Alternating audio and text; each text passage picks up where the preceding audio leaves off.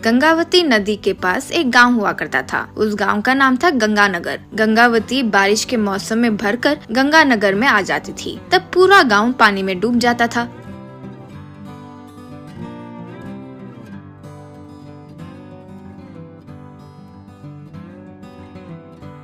पानी में जाने के बाद लोग वापस बाहर आते थे।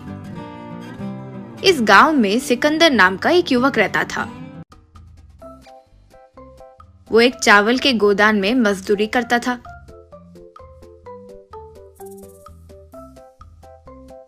चावल के बोरियों को लॉरी में चढ़ाना उसका काम था।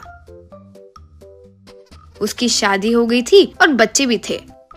माता पिता भी थे। उन सबकी देखभाल करने की जिम्मेदारी उसी की थी। इसीलिए मिले मजदूरी के पैसे काफी नहीं होने से वो दुखी रहता था।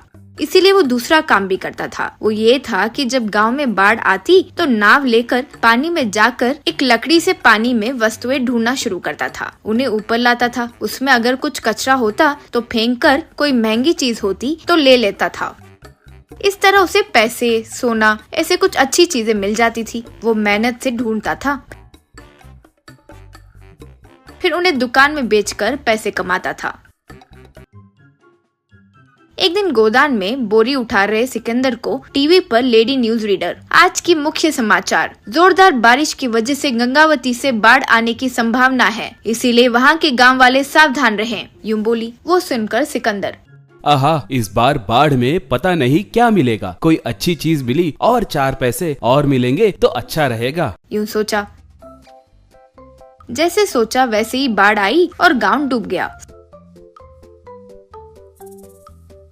सिकंदर नाव लेकर पानी में जाते हुए लकड़ी से पानी में ढूंढना शुरू किया। लकड़ी को बाहर निकाल कर देखा तो उसमें एक आईफोन दिखाई दिया। तब वो, आहा, आईफोन मिल गया। इसकी कीमत तो अच्छी होगी। मेरी किस्मत अच्छी है, यूं सोचा। फिर वो घर आकर, इस फोन को ठीक कराने के पैसे तो मेरे पास नहीं है। फोन पानी में गिरे तब उसे चावल में रखने से वो पानी निकल जाता है और वो ठीक हो जाता है, ऐसे कहीं पड़ा था, यूं सोचा। और उस आईफोन को चावल की बोरी में डालकर उसके ऊपर चावल डाल दिया। बारिश कम हुई और गांव मामूली स्थिति में आ गई।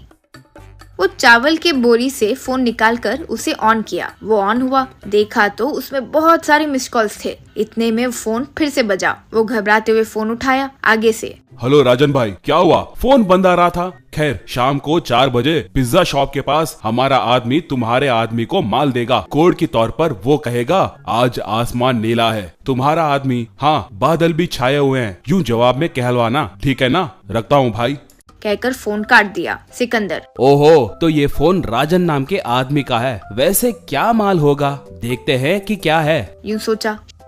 शाम को 4 बजे सिकंदर पिज्जा शॉप के पास खड़ा था। इतने में वहाँ कार आकर रुकी। उसमें से एक आदमी सूटकेस लेकर उतरा और सिकंदर के पास आया।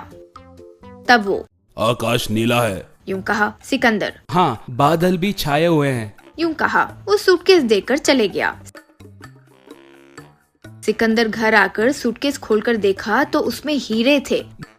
बाप रे, हीरे, इसके क्या दाम होंगे? यानी ये बड़े स्मगलर से लगता है। वो राजन भाई बड़ा डॉन है लगता है। उसके हाथ आ गया तो मुझे जीने नहीं देगा, यूं सोच रहा था कि फोन बजा। सिकंदर फोन उठाकर, हेलो, यूं कहा आगे वाला। हेलो, कौन बात कर रहा है? यूं पूछा सिकंदर। मुझे फोन मिलाकर कौन बात कर रहा है यूं पूछ रहे हो? तुम कौन हो? यूं कहा। तब वो, ये तुम्हारा फोन नहीं है, मेरा फोन है, मेरा नाम राजन है, यूं कहा। बस सिकंदर की दिल की सांसें रुक गई। तब वो, भाई, मेरा नाम सिकंदर है, मुझे माफ करो भाई, ये मेरा फोन नहीं है, ये मुझे पानी में मिला भाई। अभी कोई फोन मिलाकर हीरे भी देकर गया है, वो मेरे पास ही है भैया। मैं हाथ जोड़ता हूँ, मुझे कुछ मत करो, आपका फोन आपको दे देता हूँ, आपके हीरे भी दे देता हूँ। आप जहाँ आने के लिए बोलोगे वहाँ आऊंगा भाई, यूं कहा राजन। तुम्हें आने की जरूरत नहीं है, मैं ही तुम्हारे पास आऊंगा, तुम्हारा एड्रेस बोलो, यूं कहा। सिकंदर ने एड्रेस दिया। थोड़ी देर में उसके घर के सामने एक हेलीकॉप्टर आकर उतरा।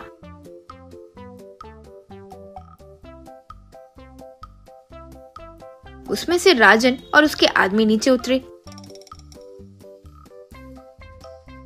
सिकंदर राजन को फोन सूटकेस देकर, भाई मुझे कुछ मत करो भाई, मुझे कुछ हो गया तो मेरा परिवार रास्ते पे आ जाएगा, कहते हुए पैर पकड़ा। तब राजन, अरे सिकंदर डरो मत, मैं तुम्हें कुछ नहीं करूंगा। मेरे फोन में मेरा माफिया साम्राज्य, मेरा धन, सारे डिटेल्स इसमें है, इसलिए वो मेरे लिए इतना जरूरी था। इतनी बड़ी मदद करने के लिए मैं तुम्हें 10 करोड़ पैसे दे रहा हूँ, ले लो, कहकर एक ब्रीफकेस में पैसे दिया। सिकंदर खुशी से नमस्कार किया।